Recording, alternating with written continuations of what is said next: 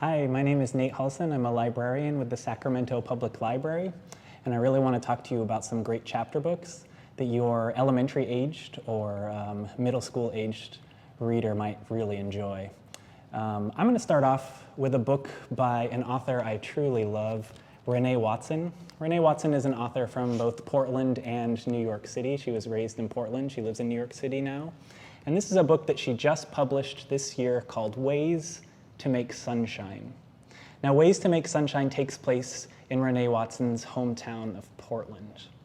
And on the cover, we see Ryan Hart. Ryan Hart really likes bicycle races. She really likes to go swimming.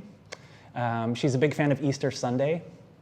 Now, all of these things are great and fun, but they come with their complications and hiccups for Ryan, as you'll find if you read this book. But one of the things that's a little less cool in her life is that her dad recently lost his job, and he found a new one. But that job asks that he work all night long, so that he's asleep when Ryan is up in the morning and going to school. These challenges are really difficult for Ryan. She faces them head on, all the while swimming, riding bikes, and going to Easter Sunday service. So it's a fun book, it's a funny book, but it has a real life take also on Ryan's experience in Portland growing up. If you are familiar with the Ramona series by Beverly Cleary, this book is absolutely perfect for you. If you're just interested in learning about Ryan, it's also perfect for you, right? So this is Ways to Make Sunshine by Renee Watson. Ways to Make Sunshine. Okay, I have two books right here, and these are books that you can find at your library if and when they're open, but these are also both books that you can access right now. If you have a library card and your library offers a digital download service called Hoopla. Hoopla, like basketball hoop, and then la, like la la la, Hoopla, gives you immediate access to thousands of different books that you can read on your phone or on your tablet. The first book I want to talk about is a chapter book for elementary-aged readers. It's also a comic, a graphic novel. And it recently won the Newbery Medal, which is this largely sort of important medal for books of this style. So New Kid is what it's called. The author and illustrator of this book is Jerry Craft. New Kid is a story about this young man right here. His name is Jordan, and he recently started at a new school. He wants to be an artist, but his parents have sent him off to a sort of privileged academy and said, if you succeed here, maybe we'll consider art school for high school. He's in 7th grade.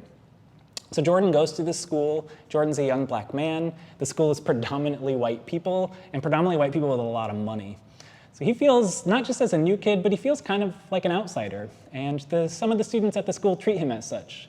In this book, you'll find that teachers, for example, are not always that nice to young kids, especially young black kids. Sometimes they'll mix up their name. They won't take the time to listen to them.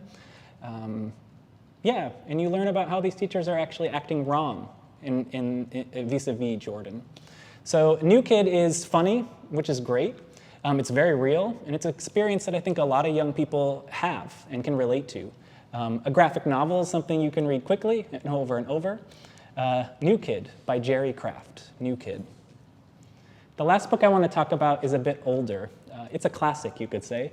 It's called One Crazy Summer, and it's by Rita Williams Garcia. Rita Williams Garcia. This is the first book in a trilogy called the Gaither Sisters Trilogy. This book takes place in 1968 in Oakland, California, so here in our state of California. The Gaither sisters, there are 3 of them, they hop onto an airplane and they fly across the United States from their hometown of Brooklyn, New York, where they live with their dad and their grandparents. When they arrive in Oakland, California, they're picked up by their mom, who they don't really know all that well. She hasn't been around for most of their lives. And their mom is going to take them in for the summer. But their mom, she's an artist, she's a poet, but she's also pretty cold to the young girls. She's not entirely all that nice. So when they wake up on Monday morning, their first day in Oakland, their mom says, go down to the summer camp. And they go off and they find themselves at a Black Panther summer camp where they get food, where they take classes, where they meet people, where they make community, they find out truths about their lives.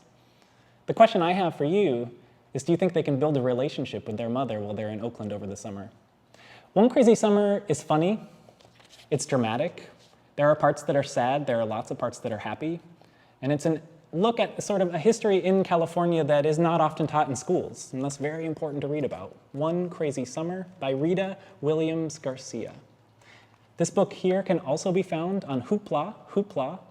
You can download it to your tablet or your phone and read it immediately if you have a library card in your town. These are 3 books great for elementary-aged readers. My name again is Nate Halsan. I work for the Sacramento Public Library, and I'm happy to have brought you some options to read this summer. Thank you.